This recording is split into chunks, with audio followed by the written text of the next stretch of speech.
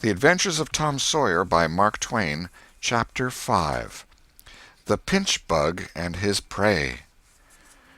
About 10:30 the cracked bell of the small church began to ring, and presently the people began to gather for the morning sermon. The Sunday-school children distributed themselves about the house and occupied pews with their parents so as to be under supervision. Aunt Polly came, and Tom and Sid and Mary sat with her, Tom being placed next to the aisle, in order that he might be as far away from the open window and the seductive outside summer scenes as possible. The crowd filed up the aisles, the aged and needy postmaster, who had seen better days, the mayor and his wife, for they had a mayor there among other unnecessaries, the justice of the peace, the widow Douglas, fair, smart, and 40, a generous, good-hearted soul, and well-to-do, her hill mansion the only palace in the town, and the most hospitable and much the most lavish in the matter of festivities that St. Petersburg could boast, the bent and venerable Major and Mrs. Ward, Lawyer Riverson, the new notable from a distance, next the belle of the village, followed by a troop of lawn-clad and ribbon-decked young heartbreakers, then all the young clerks in town in a body, for they had stood in the vestibule sucking their cane-heads, a circling wall of oiled and simpering admirers, till the last girl had run their gauntlet. And last of all came the model boy, Willie Mufferson, taking as heedful care of his mother as if she were cut glass. He always brought his mother to church, and was the pride of all the matrons. The boys all hated him, he was no good. And besides, he had been thrown up to them so much. His white handkerchief was hanging out of his pocket behind, as usual on Sundays, accidentally. Tom had no handkerchief, and he looked upon boys who had as snobs. The congregation being fully assembled now, the bell rang once more, to warn laggards and stragglers, and then a solemn hush fell upon the church, which was only broken by the tittering and whispering of the choir in the gallery. The choir always tittered and whispered all through service. There was once a church choir that was not ill-bred, but I have forgotten where it was now. It was a great many years ago, and I can scarcely remember anything about it, but I think it was in some foreign country. The minister gave out the hymn, and read it through with a relish in a peculiar style which was much admired in that part of the country.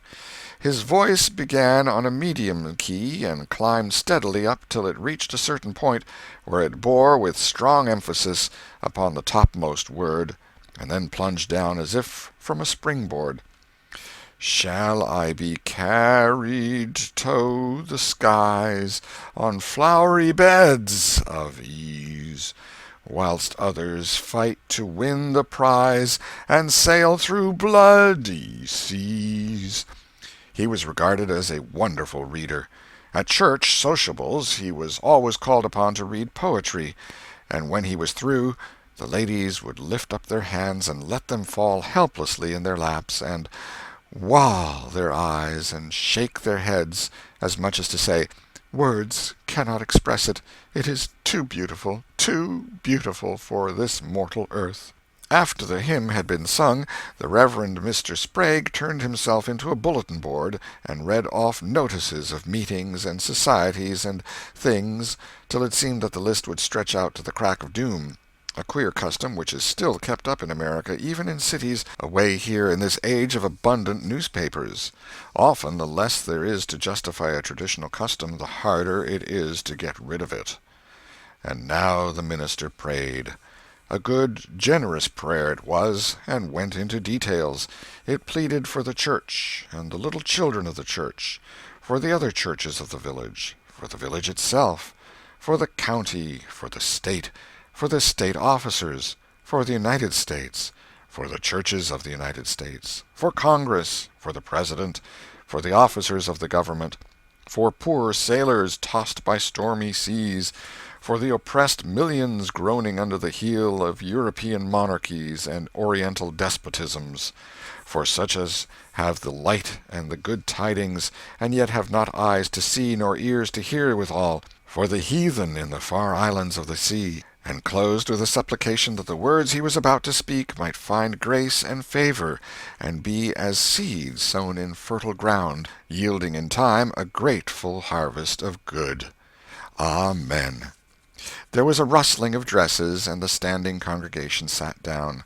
The boy whose history this book relates did not enjoy the prayer. He only endured it, if he even did that much.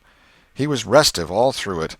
He kept tally of the details of the prayer unconsciously, for he was not listening, but he knew the ground of old and the clergyman's regular route over it, and when a little trifle of new matter was interlarded, his ear detected it and his whole nature resented it. He considered additions unfair and scoundrelly. In the midst of the prayer a fly had lit on the back of the pew in front of him, and tortured his spirit by calmly rubbing its hands together, embracing its head with its arms, and polishing it so vigorously that it seemed to almost part company with the body, and the slender thread of a neck was exposed to view. Scraping its wings with its hind legs, and smoothing them to its body as if they had been coat-tails, going through its whole toilet as tranquilly as if it knew it was perfectly safe, as indeed it was, for as sorely as Tom's hands itched to grab for it, they did not dare. He believed his soul would be instantly destroyed if he did such a thing while the prayer was going on. But with the closing sentence his hand began to curve and steal forward, and the instant the Amen was out, the fly was a prisoner of war. His aunt detected the act and made him let it go. The minister gave out his text and droned along monotonously through an argument that was so prosy that many a head by and by began to nod, and yet it was an argument that dealt in limitless fire and brimstone and thinned the predestined elect down to a company so small as to be hardly worth the saving. Tom counted the pages of the sermon. After church he always knew how many pages there had been, but he seldom knew anything else about the discourse. However, this time he was really interested for a little while. The minister made a grand and moving picture of the assembling together of the world's hosts at the millennium, when the lion and the lamb should lie down together and a little child should lead them. But the pathos, the lesson, the moral of the great spectacle were lost upon the boy. He only thought of the conspicuousness of the principal character before the onlooking nations. His face lit with the thought, and he said to himself that he wished he could be that child, if it was a tame lion. Now he lapsed into suffering again, as the dry argument was resumed. Presently he bethought him of a treasure he had, and got it out. It was a large black beetle with formidable jaws, a pinch-bug he called it. It was in a percussion cap box. The first thing the beetle did was to take him by the finger. A natural fillip followed. The beetle went floundering into the aisle, and lit on its back, and the hurt finger went into the boy's mouth. The beetle lay there working its helpless legs, unable to turn over. Tom eyed it, and longed for it, but it was safe out of his reach. Other people uninterested in the sermon found relief in the beetle, and they eyed it too. Presently a vagrant poodle dog came idling along, sad at heart, lazy with the summer softness and the quiet, weary of captivity, sighing for change. He spied the beetle. The drooping tail lifted and wagged. He surveyed the prize, walked around it, smelt at it from a safe distance, walked around it again, grew bolder, and took a closer smell, then lifted his lip and made a gingerly snatch at it, just missing it, made another and another, began to enjoy the diversion, subsided to his stomach with the beetle between his paws, and continued his experiments. Grew weary at last, and then indifferent and absent-minded. His head nodded, and little by little his chin descended and touched the enemy, who seized it. There was a sharp yelp, a flirt of the poodle's head, and the beetle fell a couple of yards away and lit on its back once more. The neighboring spectators shook with a gentle inward joy. Several faces went behind fans and handkerchiefs, and Tom was entirely happy. The dog looked foolish, and probably felt so, but there was resentment in his heart, too, and a craving for revenge.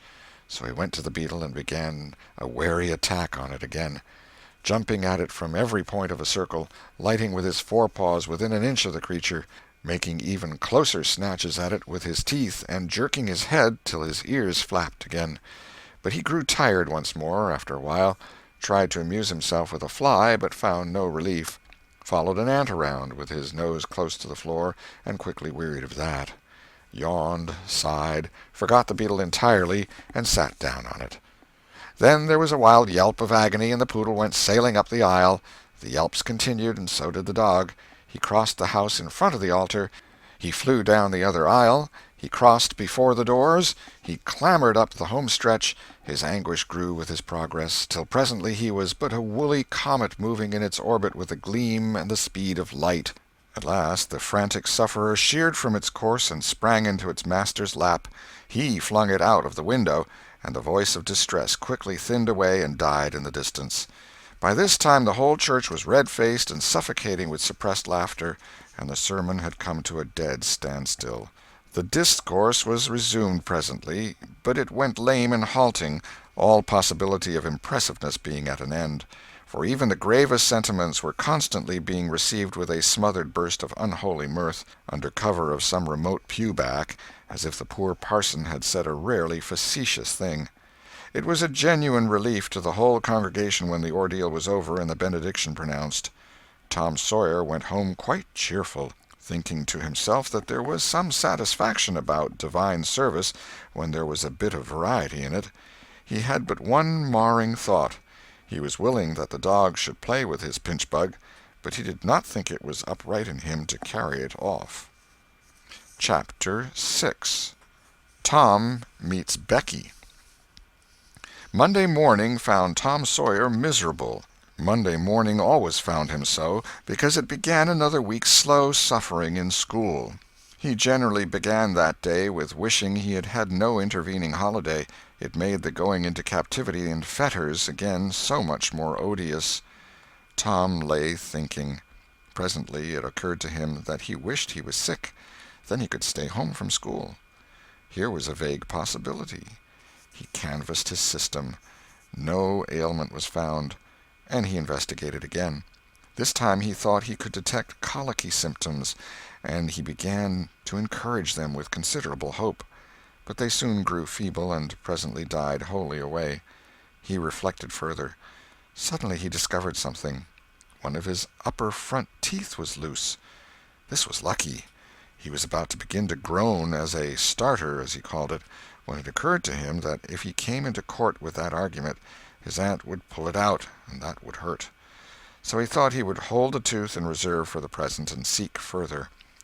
Nothing offered for some little time, and then he remembered hearing the doctor tell about a certain thing that laid up a patient for 2 or 3 weeks and threatened to make him lose a finger. So the boy eagerly drew his sore toe from under the sheet and held it up for inspection. But now he did not know the necessary symptoms. However, it seemed well worth while to chance it, so he fell to groaning with considerable spirit. But Sid slept on unconscious. Tom groaned louder, and fancied that he began to feel pain in the toe. No result from Sid. Tom was panting with his exertions by this time. He took a rest, and then swelled himself up and fetched a succession of admirable groans. Sid snored on. Tom was aggravated. He said, "Sid! Sid!" and shook him. This course worked well, and Tom began to groan again. Sid yawned, stretched, then brought himself up on his elbow with a snort, and began to stare at Tom. Tom went on groaning, and Sid said, "Tom! Say, Tom!" No response. "Here, Tom! Tom! What is the matter, Tom?" And he shook him and looked in his face anxiously. Tom moaned out, "Oh, don't, Sid! Don't joggle me!" "Why, what's the matter, Tom? I must call Auntie." "No, never mind. It'll be over by and by, maybe. Don't call anybody." "But I must. Don't groan so, Tom. It's awful. How long you been this way?" "Hours. Ouch! Oh, don't stir so, Sid. You'll kill me." "Tom, why didn't you wake me sooner? Oh, Tom, don't! It makes my flesh crawl to hear you. Tom, what is the matter?" "I forgive you everything, Sid. Oh, everything you've ever done to me. When I'm gone—" "Tom, don't you ain't dying, are you? Don't, Tom. Oh, don't. Maybe—" "Oh, I forgive everything, Sid. Oh, tell 'em so, Sid. And, Sid, you give my window sash and my cat with one eye to that new girl that's come to town, and tell her—" But Sid had snatched his clothes and gone. Tom was suffering in reality now, so handsomely was his imagination working, and so his groans had gathered quite a genuine tone. Sid flew downstairs and said, "Oh, Aunt Polly, come! Tom's dying." "Dying?" "Yes'm, don't wait, come quick." "Rubbish! I don't believe it." But she fled upstairs nevertheless, with Sid and Mary at her heels, and her face grew white, too, and her lip trembled. When she reached the bedside she gasped out, "You, Tom! Tom, what's the matter with you?" "Oh, auntie, What's the matter with you? What is the matter with you, child?" "Oh, auntie, my sore toes mortified." The old lady sank down into a chair and laughed a little, then cried a little, then did both together. This restored her, and she said, "Tom, what a turn you did give me! Now you shut up that nonsense and climb out of this." The groans ceased and the pain vanished from the toe. The boy felt a little foolish, and he said, "Aunt Polly, it seemed mortified, and it hurt so I never minded my tooth at all."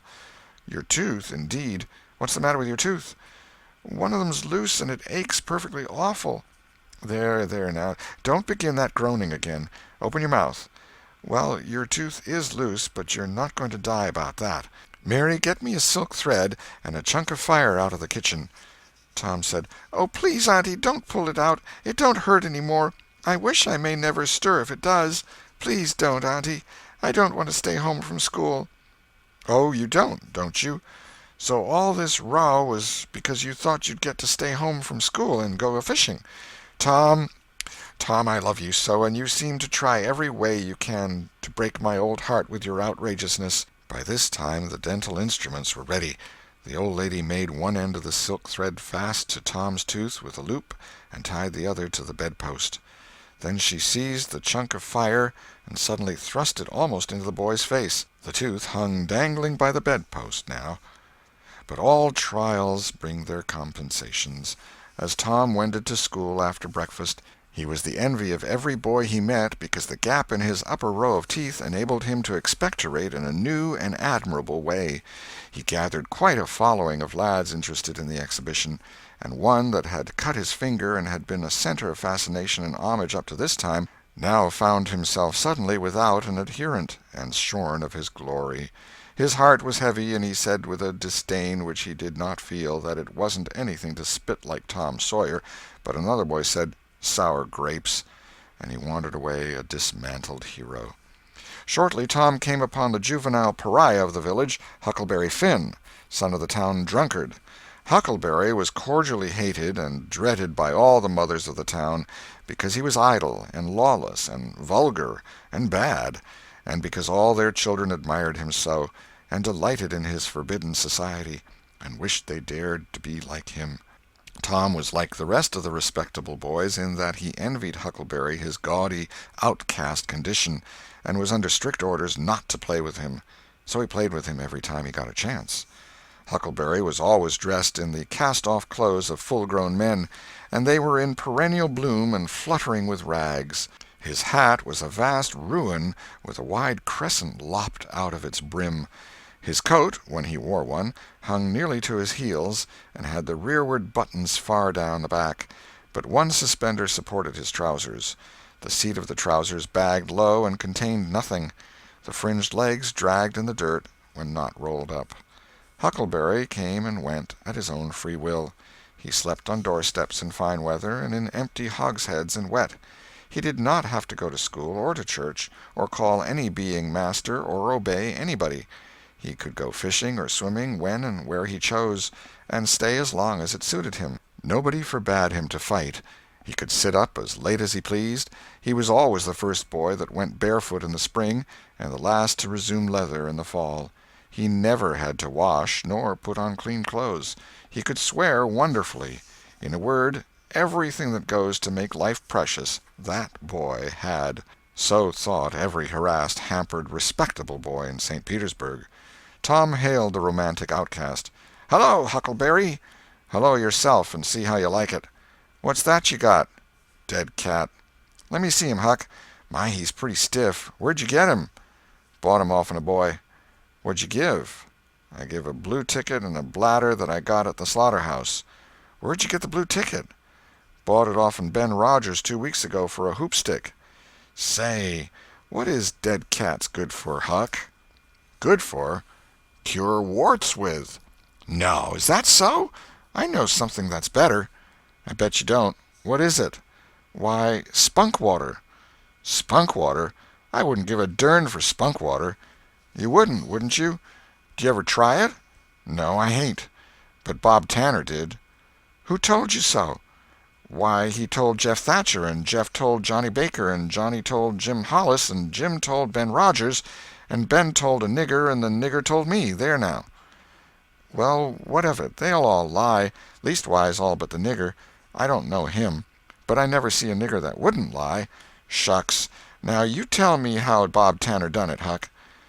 "Why, he took and dipped his hand in a rotten stump where the rain-water was." "In the daytime?" "Certainly." "With his face to the stump?" "Yes. Least I reckon so." "Did he say anything?" "I don't reckon he did. I don't know." "Aha!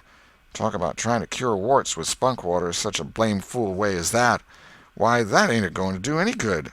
You got to go all by yourself to the middle of the woods where you know there's a spunk water stump, and just as it's midnight you back up against the stump and jam your hand in and say, 'Barleycorn, barleycorn, Injun meal shorts, spunk water, swaller these warts,' and then walk away quick 11 steps with your eyes shut, and then turn around 3 times and walk home without speaking to anybody, because if you speak the charm's busted." "Well, that sounds like a good way, but that ain't the way Bob Tanner done." "No, sir, you can bet he didn't, because he's the wartiest boy in this town, and he wouldn't have a wart on him if he'd known how to work spunk water.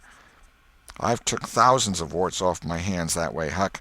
I play with frogs so much I've always got considerable many warts. Sometimes I take 'em off with a bean." "Yes, bean's good. I've done that." "Have you?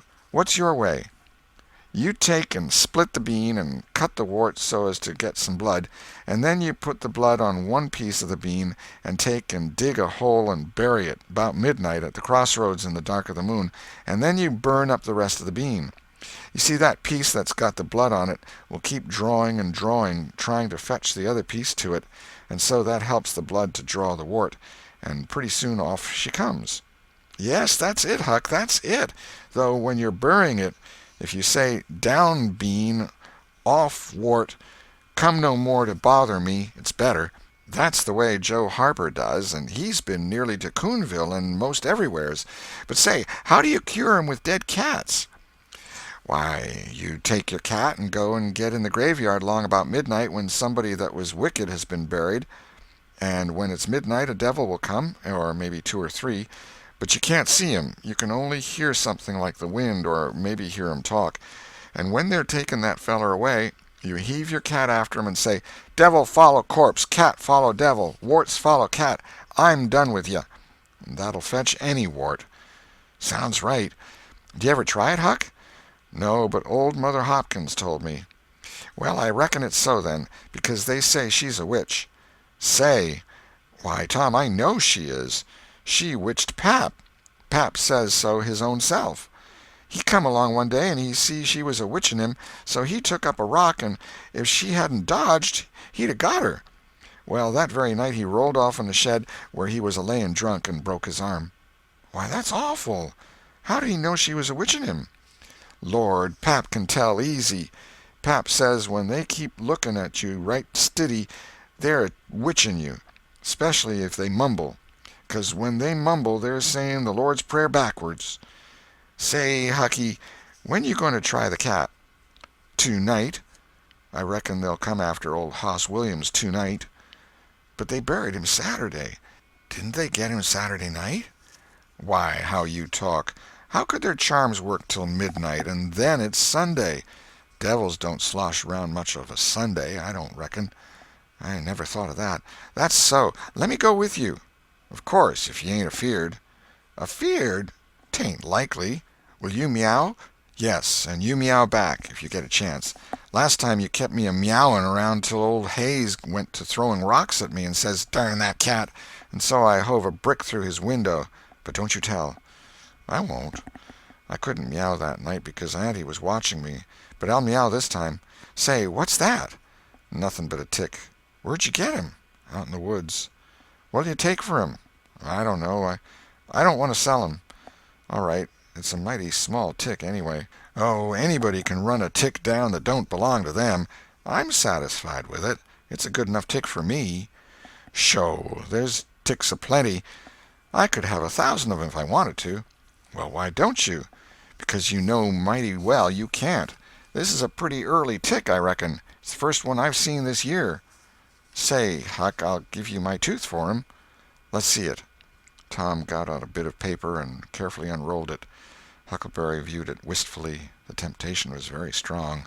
At last he said, "Is it genuine?" Tom lifted his lip and showed the vacancy. "Well, all right," said Huckleberry. "It's a trade." Tom enclosed the tick in the percussion cap box that had lately been the pinch-bug's prison, and the boys separated, each feeling wealthier than before. When Tom reached the little isolated frame schoolhouse, he strode in briskly, with the manner of one who had come with all honest speed. He hung his hat on a peg and flung himself into his seat with businesslike alacrity. The master, throned on high in his great splint-bottom arm-chair, was dozing, lulled by the drowsy hum of study. The interruption roused him. "Thomas Sawyer?" Tom knew that when his name was pronounced in full it meant trouble. "Sir." "Come up here. Now, sir, why are you late again, as usual?"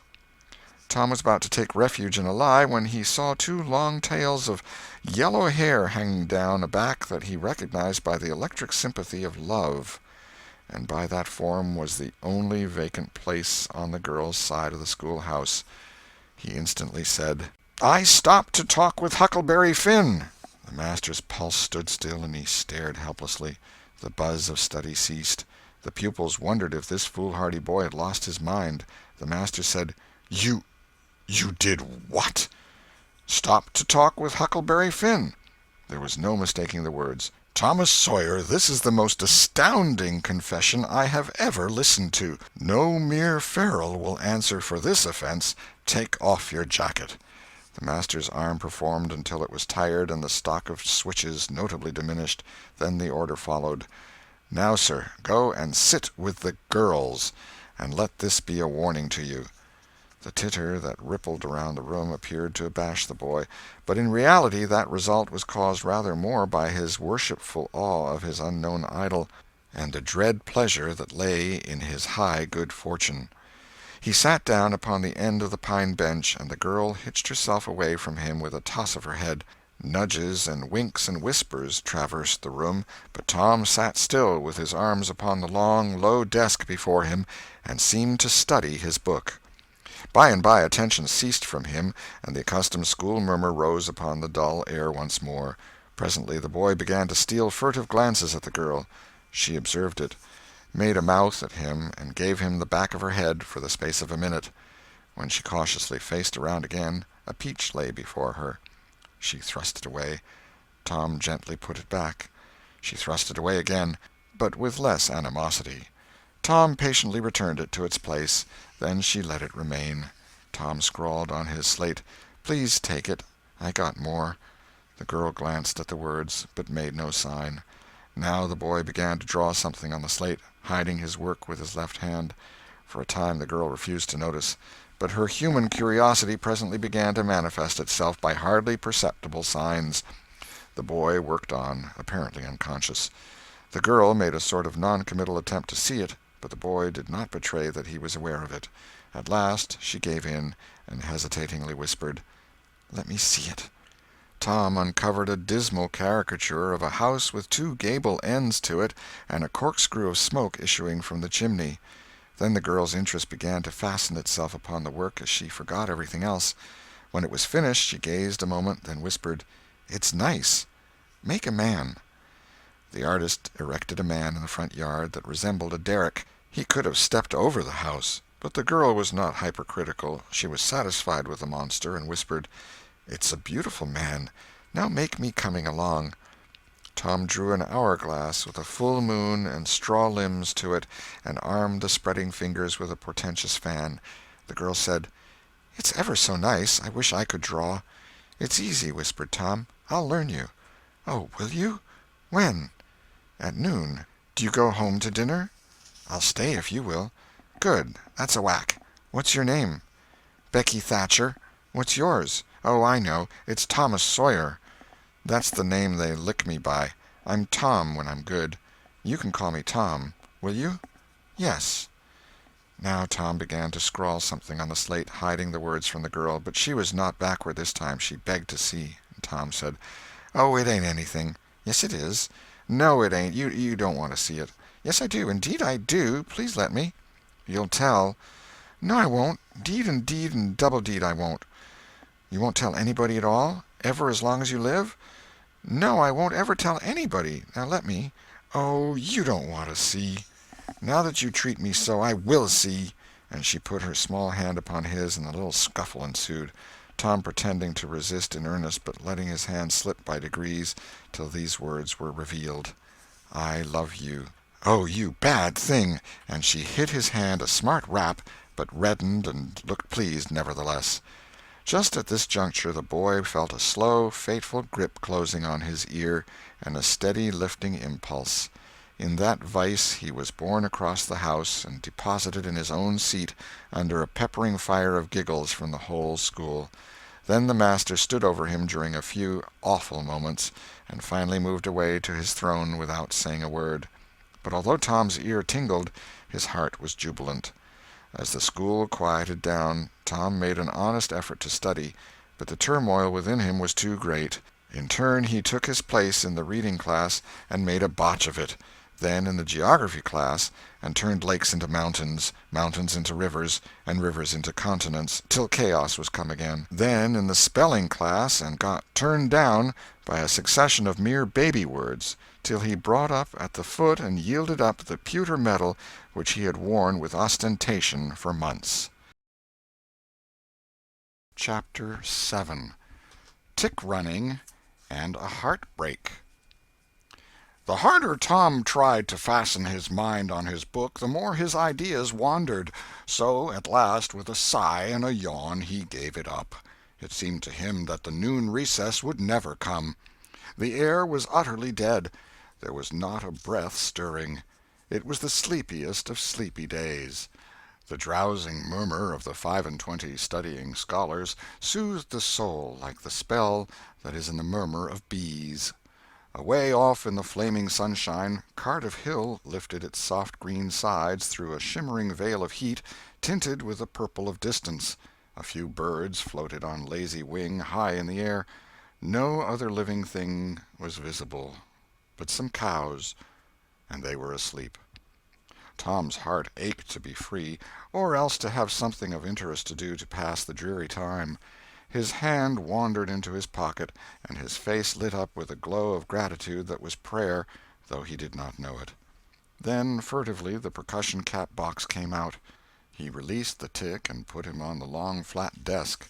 The creature probably glowed with a gratitude that amounted to prayer, too, at this moment, but it was premature, for when he started thankfully to travel off, Tom turned him aside with a pin and made him take a new direction.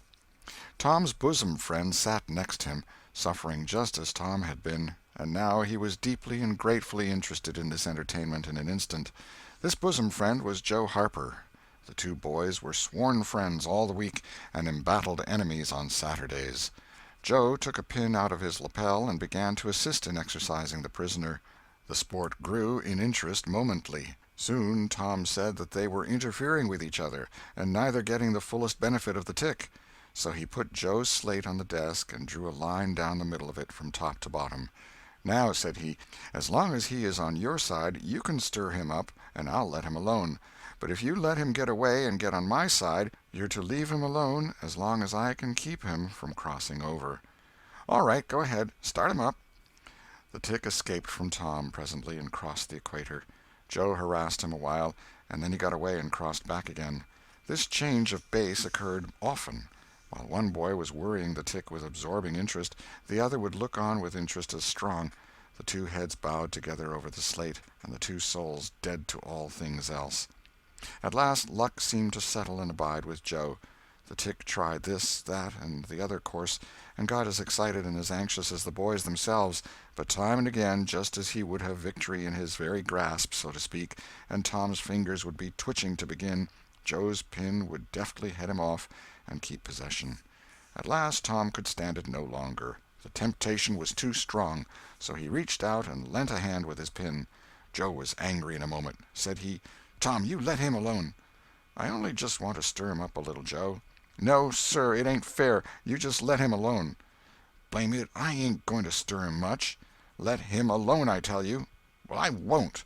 "You shall. He's on my side of the line." "Look here, Joe Harper, whose is that tick?" "I don't care whose tick he is. He's on my side of the line, and you shan't touch him." "Well, I'll just bet I will, though. He's my tick, and I'll do what I blame please with him, or die." A tremendous whack came down on Tom's shoulders, and its duplicate on Joe's, and for the space of 2 minutes the dust continued to fly from the two jackets and the whole school to enjoy it. The boys had been too absorbed to notice the hush that had stolen upon the school a while before, when the master came tiptoeing down the room and stood over them. He had contemplated a good part of the performance before he contributed his bit of variety to it. When school broke up at noon, Tom flew to Becky Thatcher and whispered in her ear, "Put on your bonnet and let on you're going home, and when you get to the corner, give the rest of 'em the slip, and turn down through the lane and come back. I'll go the other way, and come it over them the same way." So the one went off with one group of scholars, and the other with another. In a little while the two met at the bottom of the lane, and when they reached the school they had it all to themselves. Then they sat together with a slate before them, and Tom gave Becky the pencil and held her hand in his, guiding it, and so created another surprising house. When the interest in art began to wane, the two fell to talking. Tom was swimming in bliss. He said, "Do you love rats?" "No, I hate them." "Well, I do, too. Live ones. But I mean dead ones, to swing round your head with a string." "No, I don't care for rats much, anyway. What I like is chewing gum." "Oh, I should say so. I wish I had some now." "Do you?" "I've got some." "I'll let you chew it a while, but you must give it back to me." That was agreeable, so they chewed it turn about, and dangled their legs against the bench in excess of contentment. "Was you ever at a circus?" said Tom. "Yes, and my pa's going to take me again sometime, if I'm good." "I've been to the circus 3 or 4 times, lots of times. Church ain't shucks to a circus. There's things going on at a circus all the time. I'm going to be a clown in a circus when I grow up." "Oh, are you? That will be nice. They're so lovely, all spotted up." "Yes, that's so. And they get slathers of money, most $1 a day, Ben Rogers says. Say, Becky, was you ever engaged?" "What's that?" "Why, engaged to be married." "No? Would you like to?" "I reckon so. I don't know. What is it like?" "Like? Why, it ain't like anything. You only just tell a boy you won't ever have anybody but him, ever, ever, ever, and then you kiss, and that's all. Anybody can do it." "Kiss? What do you kiss for?" "Why, that, you know, is to— well, they always do that." "Everybody?" "Why, yes, everybody that's in love with each other. Do you remember what I wrote on the slate?" Yes." "What was it?" "I shan't tell you." "Shall I tell you?" Yes, but some other time." "No, now." "No, not now. Tomorrow." "Oh, no, now. Please, Becky, I'll whisper it. I'll whisper it ever so easy." Becky hesitating, Tom took silence for consent, and passed his arm about her waist and whispered the tale ever so softly, with his mouth close to her ear, and then he added, "Now you whisper it to me, just the same." She resisted for a while, and then said, "You turn your face away so you can't see, and then I will. But you mustn't ever tell anybody, will you, Tom? Now you won't, will you?" "No, indeed I won't. Now, Becky." He turned his face away, and she bent timidly around till her breath stirred his curls, and whispered, "I love you." Then she sprang away and ran around and around the desks and benches, with Tom after her, and took refuge in a corner at last, with her little white apron to her face. Tom clasped her about her neck and pleaded, "Now, Becky, it's all done, all over but the kiss. Don't you be afraid of that. It ain't anything at all. Please, Becky." And he tugged at her apron and the hands. By and by she gave up and let her hands drop. Her face, all glowing with the struggle, came up and submitted. Tom kissed the red lips and said, "Now it's all done, Becky, and always after this, you know, you ain't ever to love anybody but me, and you ain't ever to marry anybody but me, never, never, and forever. Will you?" "No, I'll never love anybody but you, Tom, and I'll never marry anybody but you, and you ain't to ever marry anybody but me, either." "Certainly, of course. That's part of it. And always coming to school, or when we're going home, you're to walk with me, when there ain't anybody looking, and you choose me and I choose you at parties, because that's the way you do when you're engaged. It's so nice, I never heard of it before." "Oh, it's ever so gay. Why, me and Amy Lawrence—" The big eyes told Tom his blunder, and he stopped confused. "Oh, Tom, then I ain't the first you've ever been engaged to." The child began to cry, and Tom said, "Oh, don't cry, Becky. I don't care for her any more." "Yes, you do, Tom. You know you do." Tom tried to put his arm about her neck, but she pushed him away and turned her face to the wall and went on crying. Tom tried again, with soothing words in his mouth, and was repulsed again. Then his pride was up, and he strode away and went outside. He stood about, restless and uneasy, for a while, glancing at the door every now and then, hoping she would repent and come to find him. But she did not. Then he began to feel badly, and fear that he was in the wrong. It was a hard struggle with him to make new advances, now, but he nerved himself to it, and entered. She was still standing back there in the corner, sobbing, with her face to the wall. Tom's heart smote him. He went to her and stood a moment, not knowing exactly how to proceed. Then he said hesitatingly, "Becky, I don't care for anybody but you." No reply, but sobs. "Becky," pleadingly, "Becky, won't you say something?" More sobs. Tom got out his chiefest jewel, a brass knob from the top of an andiron, and passed it around her so that she could see it, and said, "Please, Becky, won't you take it?" She struck it to the floor. Then Tom marched out of the house and over the hills and far away, to return to school no more that day. Presently Becky began to suspect. She ran to the door. He was not in sight. She flew around to the play-yard. He was not there. Then she called, "Tom? Come back, Tom!" She listened intently, but there was no answer. She had no companions but silence and loneliness.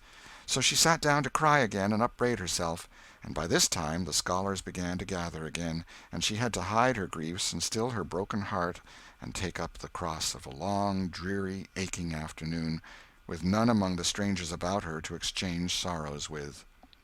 End of Chapter 7. Chapter 8. A Pirate Bold to Be. Tom dodged hither and thither through lanes until he was well out of the track of returning scholars, and then fell into a moody jog. He crossed a small branch 2 or 3 times, because of a prevailing juvenile superstition that to cross water baffles pursuit.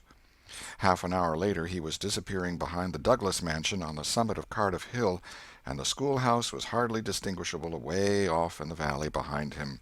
He entered a dense wood, picked his pathless way to the center of it, and sat down on a mossy spot under a spreading oak. There was not even a zephyr stirring. The dead noonday heat had even stilled the songs of the birds.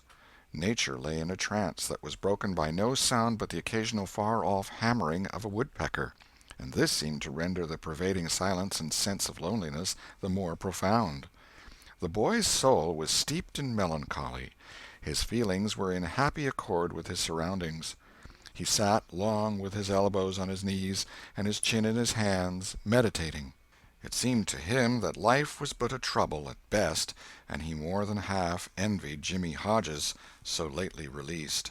It must be very peaceful, he thought, to lie and slumber and dream forever and ever, with the wind whispering through the trees and caressing the grass and the flowers over the grave, and nothing to bother and grieve about, ever any more.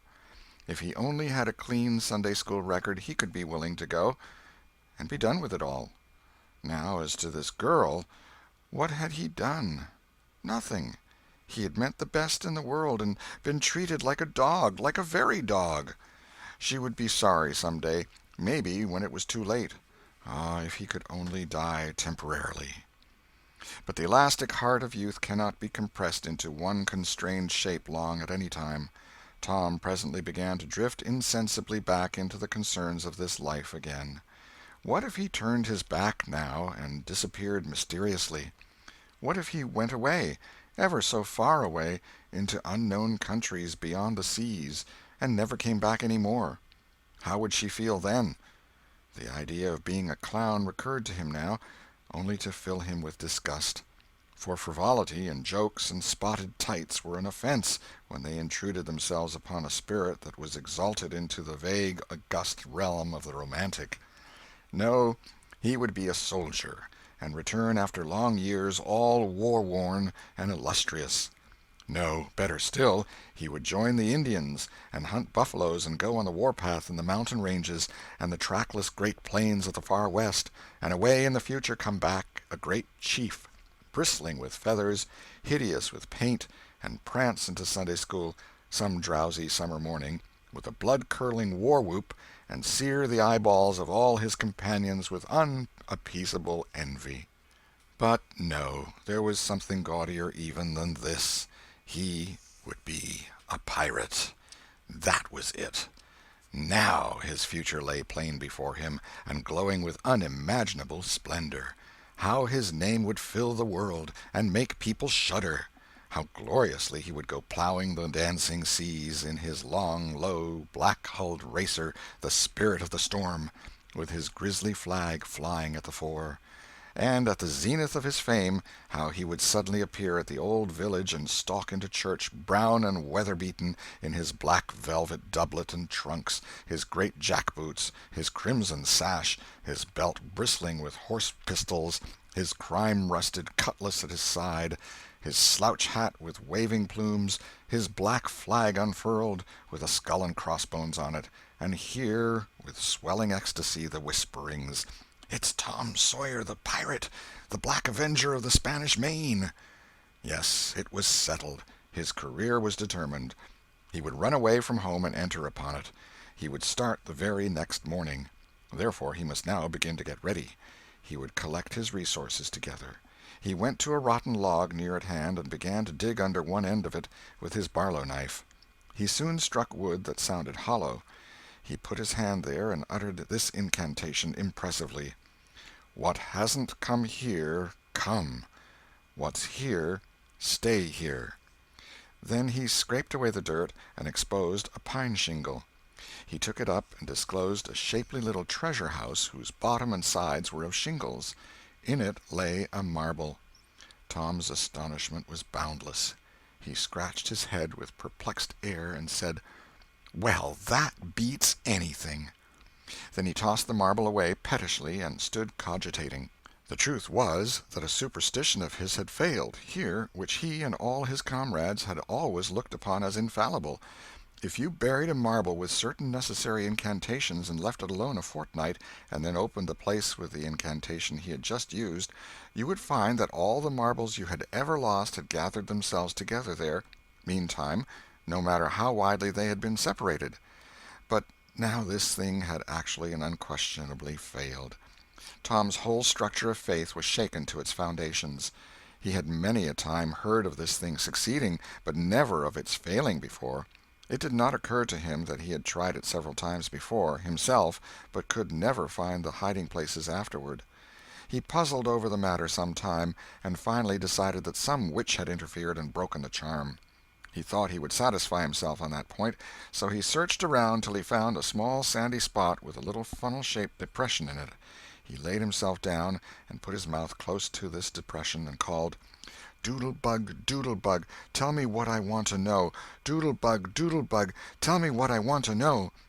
The sand began to work, and presently a small black bug appeared for a second and then darted under again in a fright. "He doesn't tell, so it was a witch that done it. I just knowed it." He well knew the futility of trying to contend against witches, so he gave up discouraged. But it occurred to him that he might as well have the marble he had just thrown away, and therefore he went and made a patient search for it. But he could not find it. Now he went back to his treasure-house and carefully placed himself just as he had been standing when he tossed the marble away. Then he took another marble from his pocket and tossed it in the same way, saying, "Brother, go find your brother." He watched where it stopped and went there and looked. But it must have fallen short or gone too far, so he tried twice more. The last repetition was successful. The two marbles lay within a foot of each other. Just here the blast of a toy tin trumpet came faintly down the green aisles of the forest. Tom flung off his jacket and trousers, turned a suspender into a belt, raked away some brush behind the rotten log, disclosing a rude bow and arrow, a lath sword, and a tin trumpet, and in a moment had seized these things and bounded away bare-legged with fluttering shirt.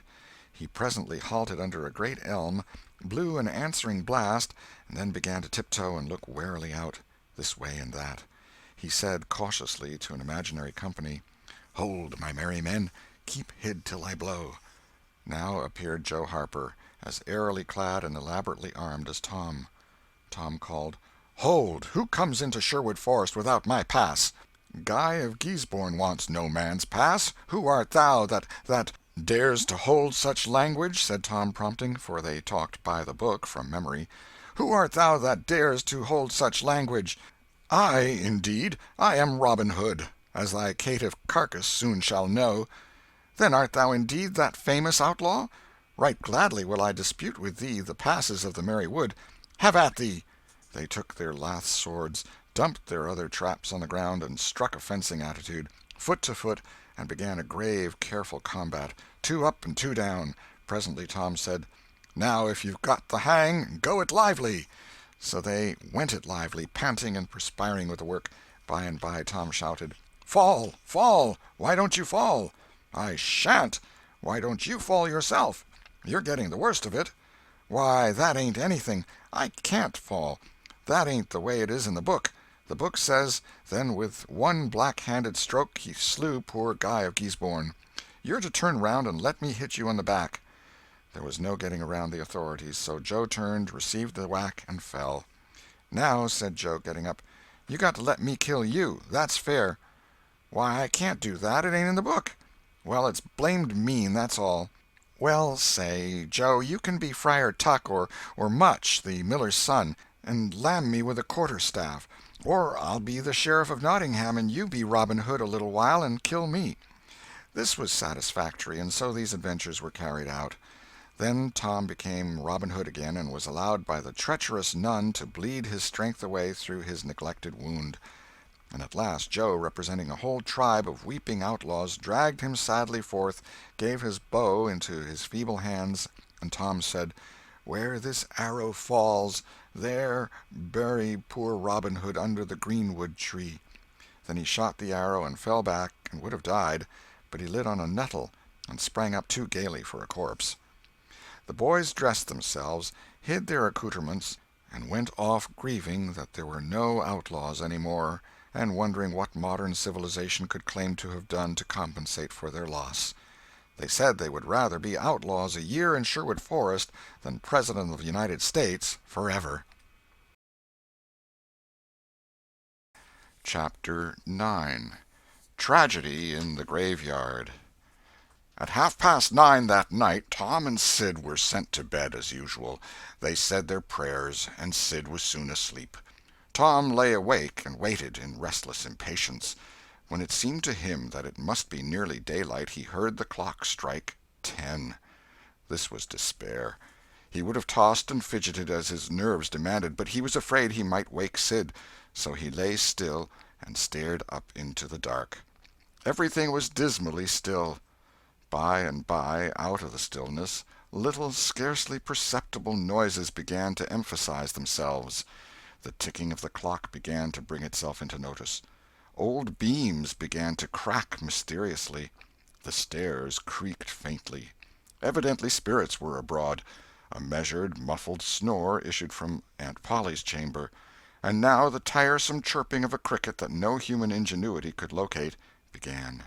Next, the ghastly ticking of a death-watch in the wall at the bed's head made Tom shudder.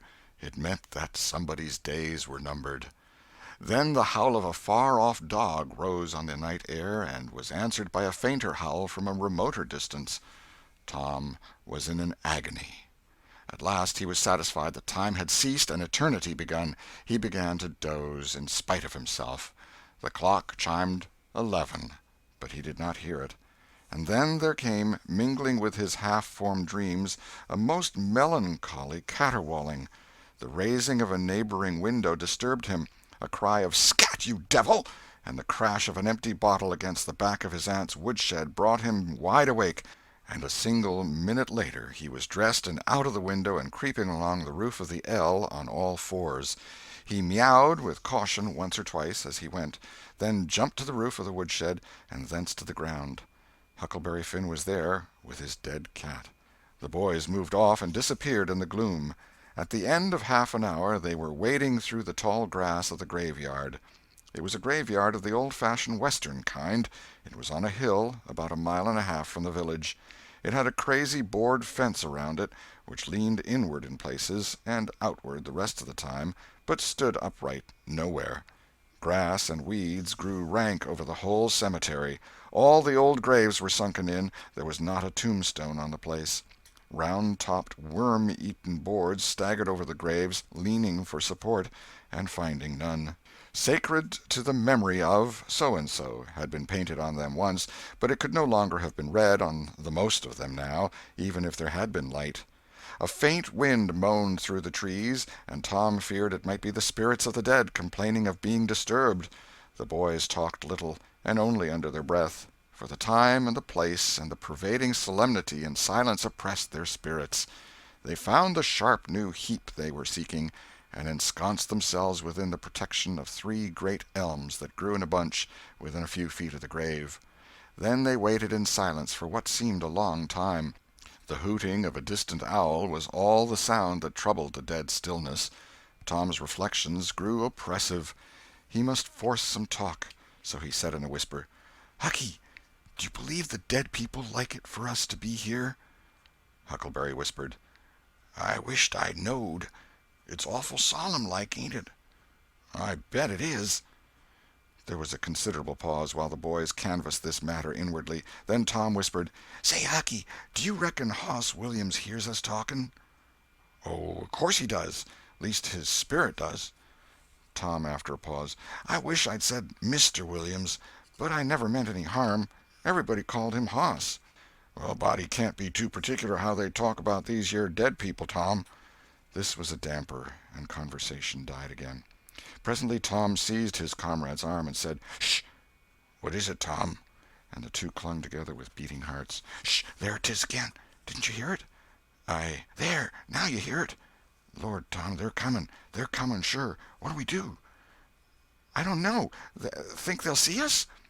"Oh, Tom, they can see in the dark, same as cats. I wisht I hadn't come." "Oh, don't be feared. I don't believe they'll bother us. We ain't doing any harm. If we keep perfectly still, maybe they won't notice us at all."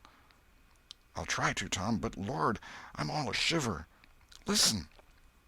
The boys bent their heads together and scarcely breathed. A muffled sound of voices floated up from the far end of the graveyard. "Look! See, there!" whispered Tom. "What is it?" "It's devil fire. Oh, Tom, this is awful." Some vague figures approached through the gloom, swinging an old-fashioned tin lantern that freckled the ground with innumerable little spangles of light. Presently Huckleberry whispered with a shudder, "It's the devil, sure enough. 3 of them. Lordy, Tom, we're goners. Can you pray?" "I'll try, but don't you be afeard. They ain't going to hurt us. Now I lay me down to sleep, Shh! What is it, Huck?" "They're humans. One of 'em is, anyway. One of 'em's old Muff Potter's voice." "No, 'tain't so, is it?" "I bet I know it. Don't you stir nor budge. He ain't sharp enough to notice us. Drunk the same as usual, likely. Blamed old Rip." "All right, I'll keep still. Now they're stuck. Can't find it. Here they come again. Now they're hot. Cold again. Hot again. Red hot. They're pointed right this time. Say, Huck, I know another of them voices. It's Injun Joe." "That's so, that murdering half-breed. I'd druther they was devils a dern sight. What can they be up to?" The whisper died wholly out now, for the 3 men had reached the grave and stood within a few feet of the boys' hiding-place. "Here 'tis," said the third voice, and the owner of it held up the lantern and revealed the face of young Dr. Robinson. Potter and Injun Joe were carrying a hand-barrow with a rope and a couple of shovels on it. They cast down their load and began to open the grave.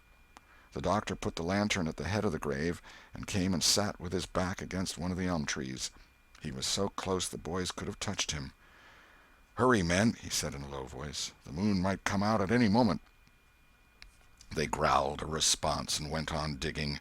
For some time there was no noise but the grating sound of the spades discharging their freight of mold and gravel.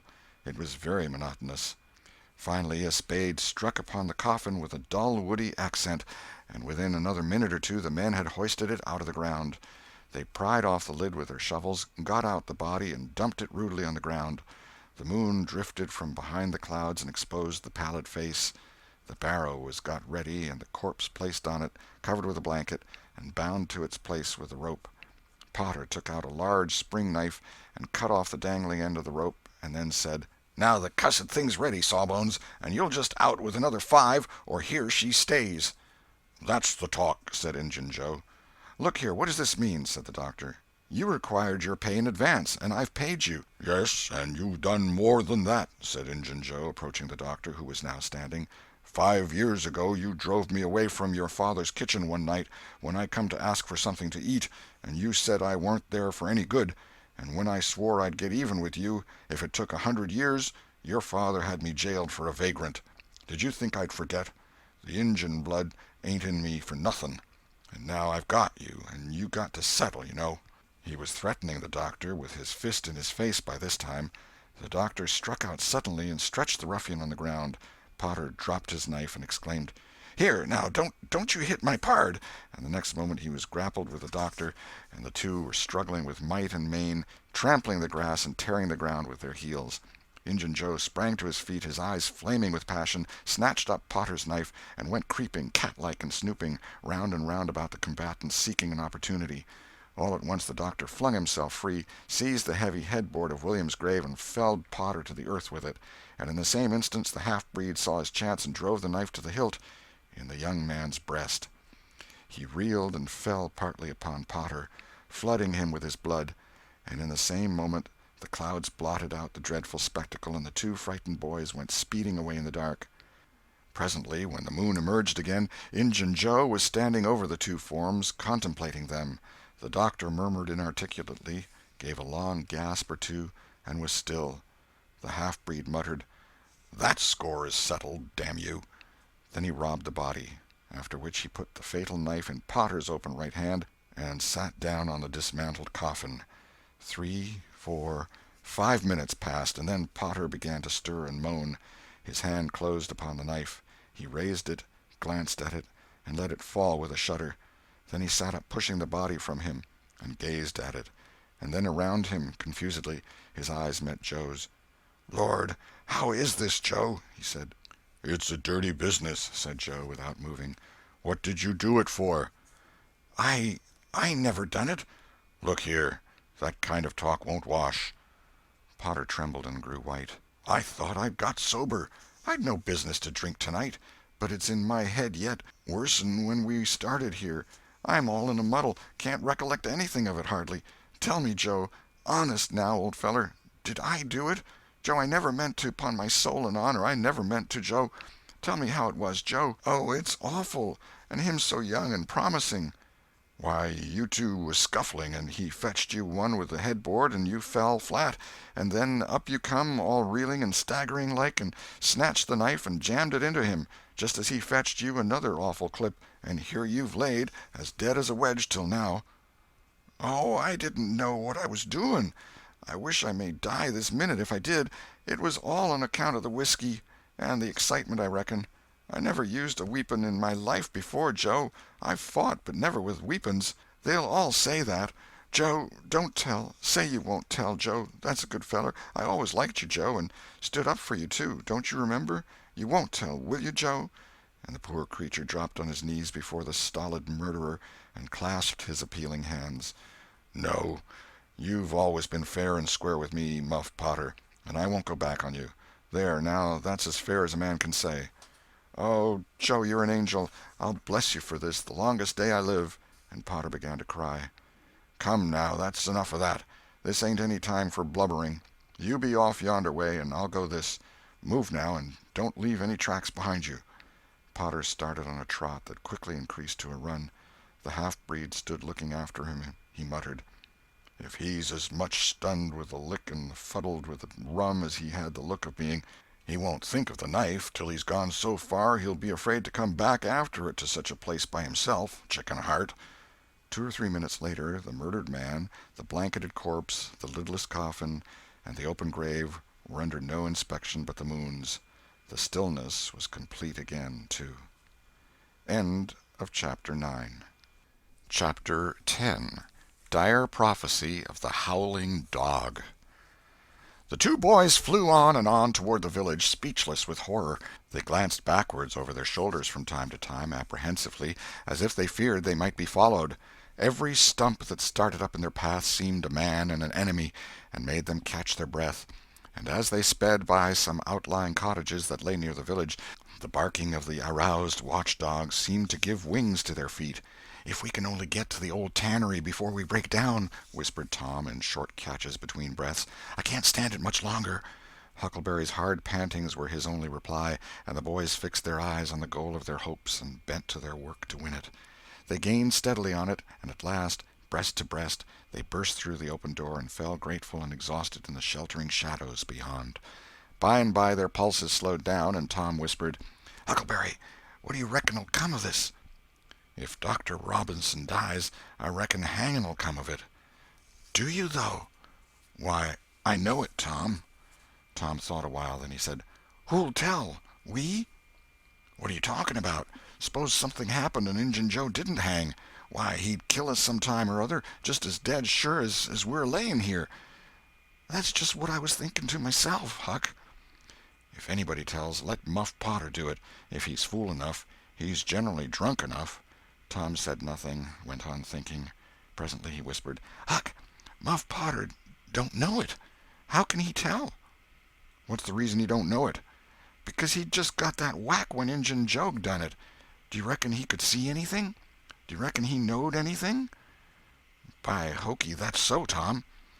"And besides, look here, maybe that whack done for him." "No, 'tain't likely, Tom. He had liquor in him, I could see that, and besides he always has. Well, when pap's full, you might take and belt him over the head with a church and you couldn't faze him. He says so his own self. So it's the same with Muff Potter, of course. But if a man was dead sober, I reckon maybe that whack might fetch him. I don't know." After another reflective silence, Tom said, "Hucky, you sure you can keep mum?" "Tom, we got to keep mum. You know that. That Injun devil wouldn't make any more of drowning us than a couple of cats, if we was to squeak about this and they didn't hang him. Now, looky here, Tom, let's take and swear to one another. That's what we got to do. Swear to keep mum." "I'm agreed. It's the best thing. Would you just hold hands and swear that we—" "Oh, no, that wouldn't do for this.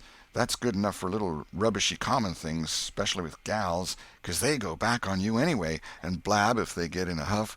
But there oughter be writing about a big thing like this, and blood." Tom's whole being applauded this idea. It was deep and dark and awful. The hour, the circumstances, the surroundings were in keeping with it. He picked up a clean pine shingle that lay in the moonlight, took a little fragment of red keel out of his pocket, got the moon on his work, and painfully scrawled these lines, emphasizing each slow downstroke by clamping his tongue between his teeth and letting up the pressure on the upstrokes. See next page. Huckleberry was filled with admiration of Tom's facility in writing and the sublimity of his language. He at once took a pin from his lapel and was going to prick his flesh, but Tom said, "Hold on, don't do that. A pin's brass. It might have verdigrease on it." "What's verdigrease?" "It's pison. That's what it is. You just swaller some of it once, you'll see." So Tom unwound a thread from one of his needles, and each boy pricked the ball of his thumb and squeezed out a drop of blood. "Huck Finn and Tom Sawyer swears they will keep mum about this, and they wish they may drop down dead in their tracks if they ever tell, and rot." In time, after many squeezes, Tom managed to sign his initials, using the ball of his little finger for a pen. Then he showed Huckleberry how to make an H and an F, and the oath was complete. They buried the shingle close to the wall, with some dismal ceremonies and incantations, and the fetters that bound their tongues were considered to be locked and the key thrown away. A figure crept stealthily through a break in the other end of the ruined building now, but they did not notice it. "Tom," whispered Huckleberry, "does this keep us from ever telling always?" "Of course it does. It don't make any difference what happens. We got to keep mum. We'd drop down dead. Don't you know that?" "Yes, I reckon that's so." They continued to whisper for some little time. Presently a dog set up a long, lugubrious howl just outside, within 10 feet of them. The boys clasped each other suddenly in an agony of fright. "Which of us does he mean?" gasped Huckleberry. "I don't know. Peep through the crack, quick. "No, you, Tom." I can't do it, Huck." "Please, Tom, there 'tis again." "Oh, Lordy, I'm thankful," whispered Tom. "I know his voice. It's Bull Harbison." Note: If Mr. Harbison had owned a slave named Bull, Tom would have spoken of him as Harbison's Bull, but a son or a dog of that name was Bull Harbison. "Oh, that's good. I tell you, Tom, I was scared to death, and I'd 'a bet anything it was a stray dog." The dog howled again. The boy's heart sank once more. "Oh, my, that ain't no Bull Harbison," whispered Huckleberry. "Do, Tom."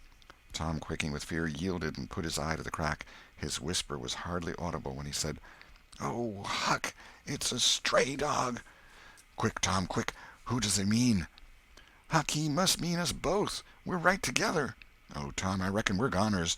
I reckon there ain't no mistake 'bout where I'll go to. I've been so wicked."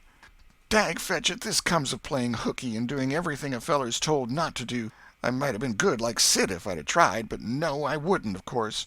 But if ever I get off of this time, I lay I'll just waller in Sunday schools." And Tom began to snuffle a little. "You bad?" And Huckleberry began to snuffle too. "Consound it, Tom Sawyer, you're just old pie, 'longside of what I am. Oh, Lordy, Lordy, Lordy, I wisht I'd only had half your chance." Tom choked off and whispered, "Look, Hucky, look! He's got his back to us." Hucky looked with joy in his heart. "Well, he has, by jingoes! Did he before?" "Yes, he did, but like a fool, I never thought. Oh, this is bully, you know. Now who can he mean?" The howling stopped, and Tom pricked up his ears. "Sh! What's that?" he whispered. "Sounds like hogs grunting. No, it's somebody snoring, Tom." "That is it. Whereabouts is it, Huck?" "I believe it's down at t'other end. Sounds so, anyway. Pap used to sleep there sometimes, 'long with the hogs, but laws bless you, he just lifts things when he snores. Besides, I reckon he ain't ever coming back to this town any more." The spirit of adventure rose in the boys' souls once more. "Hucky, do you dast to go if I lead?" "I don't like too much. Tom, s'pose it's Injun Joe." Tom quailed, but presently the temptation rose up strong again, and the boys agreed to try, with the understanding that they would take to their heels if the snoring stopped. So they went tiptoeing stealthily down, the one behind the other. When they had got to within 5 steps of the snorer, Tom stepped on a stick, and it broke with a sharp snap. The man moaned, writhed a little, and his face came into the moonlight. It was Muff Potter. The boys' hearts had stood still, and their hopes too, when the man moved, but their fears passed away now. They tiptoed out through the broken weatherboarding, and stopped at a little distance to exchange a parting word. That long, lugubrious howl rose on the night air again. They turned and saw the strange dog standing within a few feet of where Potter was lying, and facing Potter, with his nose pointing heavenward. "Oh, Jiminy, it's him!" exclaimed both boys in a breath. "Say, Tom, they say a stray dog come howling round Johnny Miller's house 'bout midnight as much as 2 weeks ago, and a whippoorwill come in and lit on a banisters and sung, the very same evening, and there ain't anybody dead there yet." "Well, I know that, and s'pose there ain't. Didn't Gracie Miller fall in the kitchen fire and burn herself terrible the very next Saturday?" "Yes, but she ain't dead, and what's more, she's getting better, too." "All right, well, you wait and see. She's a goner just as dead sure as Muff Potter's a goner. That's what the niggers say, and they know all about these kind of things, Huck." Then they separated, cogitating. When Tom crept in at his bedroom window, the night was almost spent. He undressed with excessive caution, and fell asleep congratulating himself that nobody knew of his escapade. He was not aware that the gently snoring Sid was awake, and had been so for an hour. When Tom awoke, Sid was dressed and gone. There was a late look in the light, a late sense in the atmosphere. He was startled. Why had he not been called? Persecuted till he was up, as usual. The thought filled him with bodings.